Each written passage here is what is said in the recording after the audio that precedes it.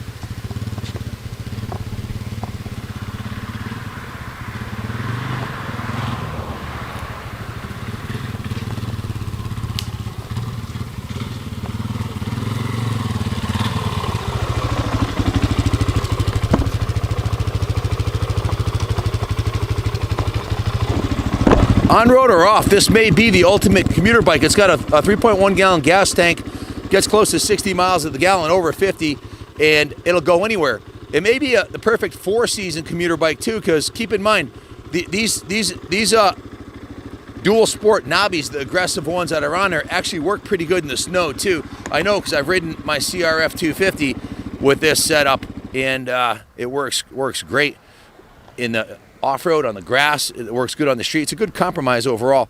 The bike, if you look at it top to bottom, no evidence of it ever being dropped. The original brake lever and clutch lever are in perfect condition, as are the original factory mirrors and turn signals. Everything's intact. The front fender is real nice. It still has the sticker on the front fork and the original monocross rear suspension.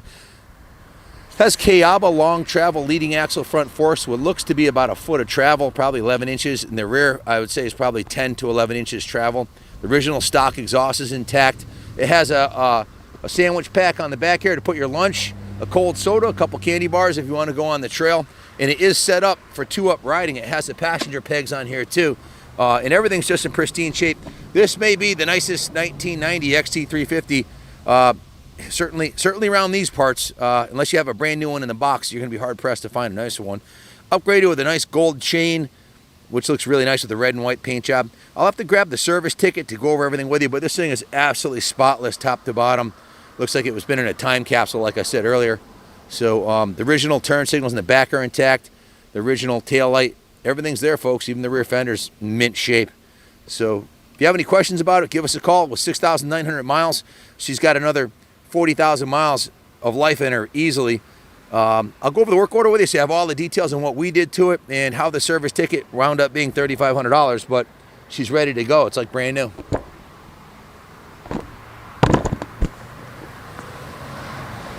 This thing, the first time I got on it, it is awesome at wheeling with the engine compression. It's a fantastic wheeling machine. All the way up the hill. Hell yeah. Want to see it wheelie up the hill?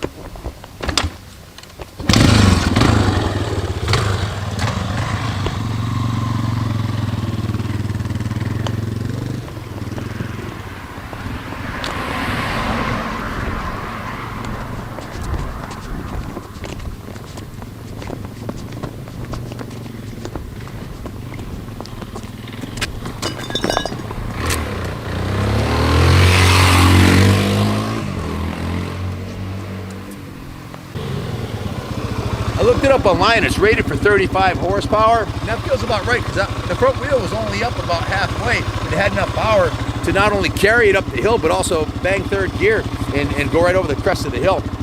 Definitely, that was not a balanced wheelie.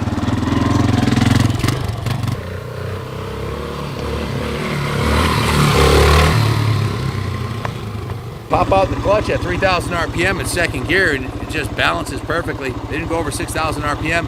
Red line's 8,500. A lot of fun. Very comfortable. The bars are in the right place. Everything fits perfectly.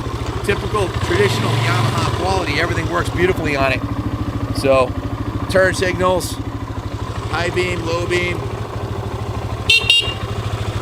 The gauges look like they just came out of the box in 1990. As do the switch housings, no degradation of quality there. The original bars are mint, never been bent.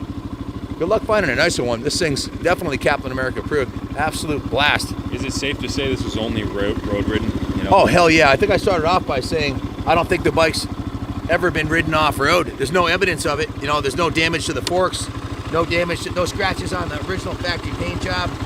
I mean, look at the tank on this thing. It's beautiful. The Kickstarter's like brand new. All the gaskets. Oh, let me grab the work order.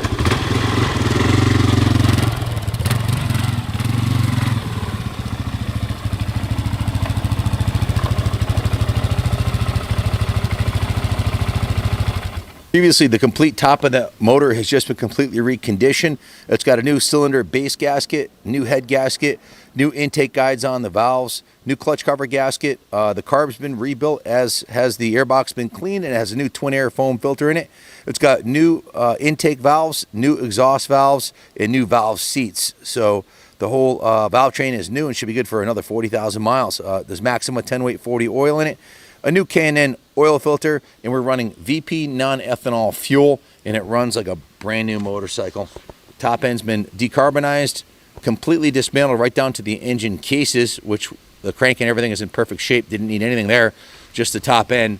Valve train needed to be rebuilt and the valves replaced because the previous owner tightened the valve too much, apparently. So in any event, that pretty much summed up the motor. The detail shop did a hot water steam clean on it. They put 2 coats of carnauba wax on the paint, cleaned all the plastics, vinyl conditioned the seat, touched up the handlebar mounts, polished the fork lowers, polished the fork chrome, cleaned the front wheel, rear wheel, replaced the chain with a new gold chain. The let's see, the controls were lightly touched up. The skid plate was cleaned and polished. on the bottom. Take a look at this at the skid plate. You can see it's never been off-road. No dings or dents in it. The swing arm was touched up and just given a full rotisserie detail. We got some of the original factory Yamaha red touch-up paint, and just with a small foam brush touched up a couple of nicks in the original factory finish. You can see the frame looks beautiful. I can't even tell where it was touched up. That's how nice it is. So yeah, that's an original mint Survivor. The brakes were serviced. Needs nothing. It's ready to rumble. Got a new battery in it, and she's ready to go. So if you have any questions, give us a call. 860-454-7024. This would be the ideal. If you had one bike to own, a 350 Enduro would be the perfect motorcycle. You can ride two up. You could ride two up on the highway with this. It'll do 90 miles an hour. You can pass traffic in this thing. It'll cruise all day long at 65 miles an hour in 6th gear, and for a long time. Like I said, these can be great commuter bikes. It'll easily wheelie with one person on it and two. It's very nice for off-road, trail riding, fire roads, or commuting on rough city streets. A long travel suspension is great. And if there, let's face it, if there's any roadblocks or rioters in the way, or you can't get through, you can take it off-road. You know, so this thing will go anywhere. Beautiful piece. It's election day. Get out and vote. Hope all's well with you guys out there. Call us if you have any questions. This one's Kaplan America approved. I love this bike. It's a super machine. Thanks for watching, and God bless America.